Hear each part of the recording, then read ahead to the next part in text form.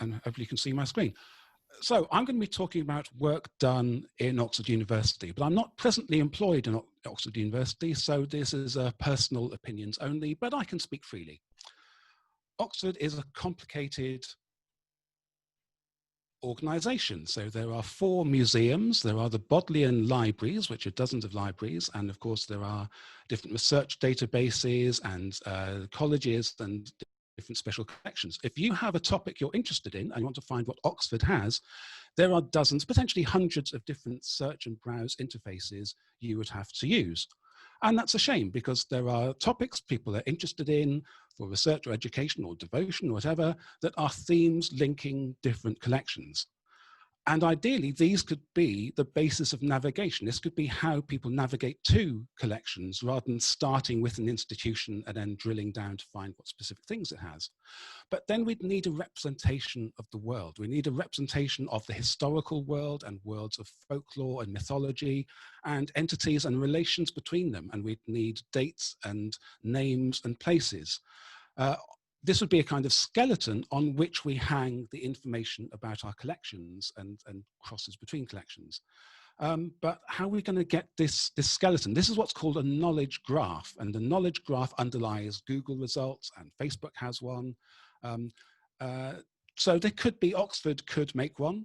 There could be a national one for the sector, and the UK taxpayer could fund it. But bear in mind, it'd be a huge project. We want to represent tens of millions of things, millions of places on the Earth's surface, and billions, literally, of relations between them. So one approach is to say, well, someone's already made this. That's what Wikidata is. It's not ideal for our purpose, but we can add to it. We can edit it, and we can build it better. So that's what I've been doing. So it's Wikidata already has links into thousands of different authoritative academic sources, and it kind of brings together many kinds of database and authority file already. So a mundane example of what we can do is that there's published in Oxford the Benezet Dictionary of Artists. And there's artists in the local museum who are who have biographies in Benezet, but you wouldn't find one from the other. You'd have to be searching both websites.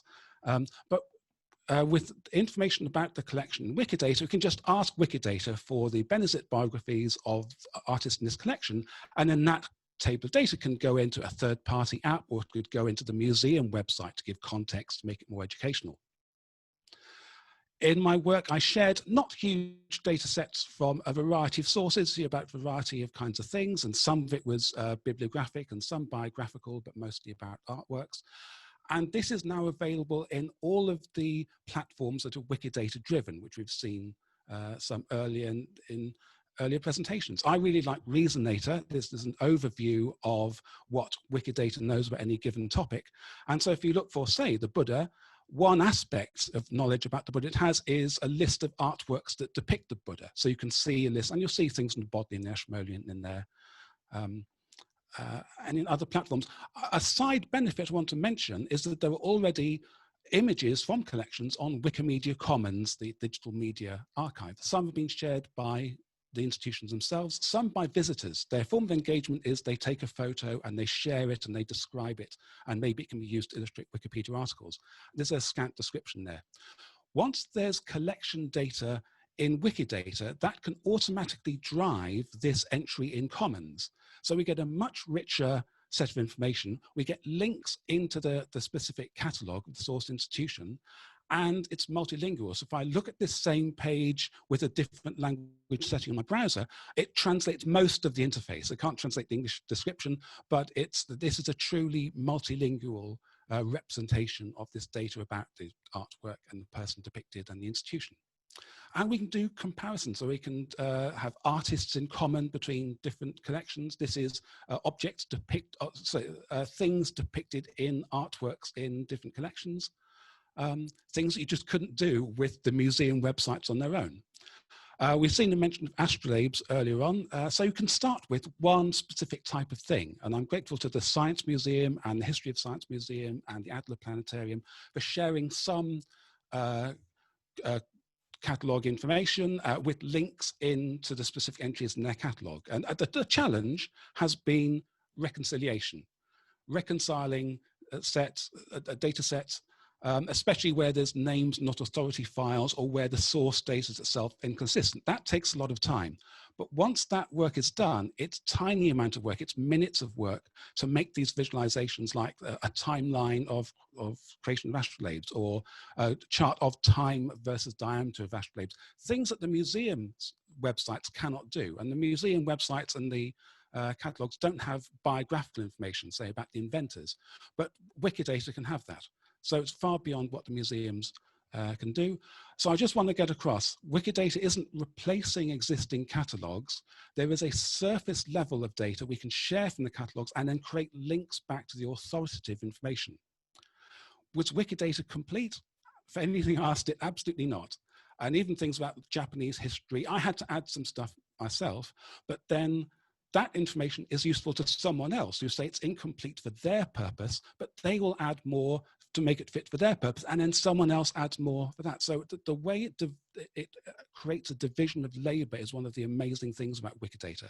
And I want to say, emphasize, it's a huge workforce. It's like 25,000 active contributors to Wikidata. It's a vast workforce. And my project was a pilot project, but it's turned out to be the most sustainable, long-term sustainable museum discovery project, because this is now part of Wikidata's knowledge graph. It's updated.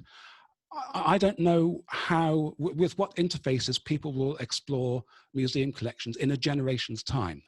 But I know we can lay down now the abstract pathways and relation between things that will enable those interfaces now with linked open data. So thanks very much. Thank you very much, Martin. I love that statistic about more people being involved with Wikidata than there are in the University of Oxford. We've got another great question that's come through for you. And is it the fact that Wikidata does what museums' databases can't do, or just that it would be too resource intensive for museums to do it? When I was talking to curators about scientific instruments like astrolabes, I was saying, could you have profiles on your site of the inventors and creators, of the craftsmen and inventors who made these? And well, no, they just don't have the fields in their database. They are curators of objects, and they are not maintaining biographical information. And then bibliographic, what research published about these objects or about these inventors, that's a separate thing. That's a separate database, but they don't manage that. So it's partly they just don't do that kind of thing. Other people do write biographies, and other people build up bibliographies. And Wikidata kind of brings together that work. But also, yeah, museums could, this is what Google Arts and Culture do, create a really fancy, wow-inducing visual interface, but it's kind of a self-contained thing. They don't all link together and make something additive. Whereas Wikidata, some of the visualizations, they're not as impressive, but they're indefinitely repurposable, and anyone can make them. Anyone can adapt an existing query. So there's a massive drop for all the museums to do this and make these fancy interactive or singing, dancing interfaces is conceivable, but just vastly, vastly expensive, whereas Wikidata makes it incredibly cheap. Great, thank you. We've got more questions than we're going to be able to take given the time, but there are two asking about the relationship between the Wikidata schema and CDOC CRM. Okay. Yeah. So things can be described in a standard, formalized, rigorous ontology for describing cultural items, or it can be described in Wikidata, which doesn't have a definite schema and isn't so regular and is actually constantly changing. So we're putting in data about, say, pottery items before we're deciding what the ontology of pottery items is and how they're classified. There are strengths to both those approaches. And yeah, there's a strong argument, we've got to put everything into a rigorous vocabulary, but that's still cultural data. Wikidata is more flexible and connects more kinds of data. Like I said, that not just to retrieve information about an object, or type of object, but bibliographic information about research published about those objects. Wikidata is mainly a bibliographic database. So we're evolving ways to represent those things and relation between those things, and that's an advantage. That's not a weakness. Great, thank you very much. And sorry if we're not able to get to all of your questions. I'm sure Martin can pick things up in the chat afterwards, but thank you very much. And I'll hand back to John, who's going to make you all do a bit more work again with another Mentimeter question.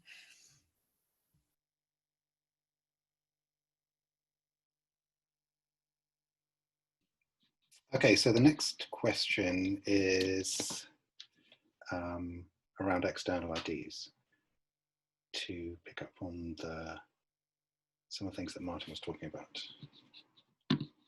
So we're asking you if you're currently using external IDs in your collection, and that could be within the collection management system, or it could be bridging through some other piece of middleware to bring those IDs alongside objects or records.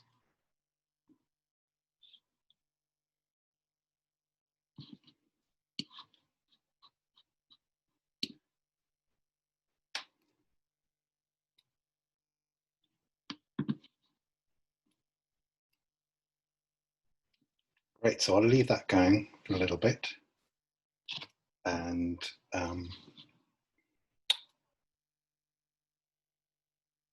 next we're going to hand over to Jane, who is the co-investigator on our Heritage Connector project, who will tell you a little bit more about the things that we've been working on.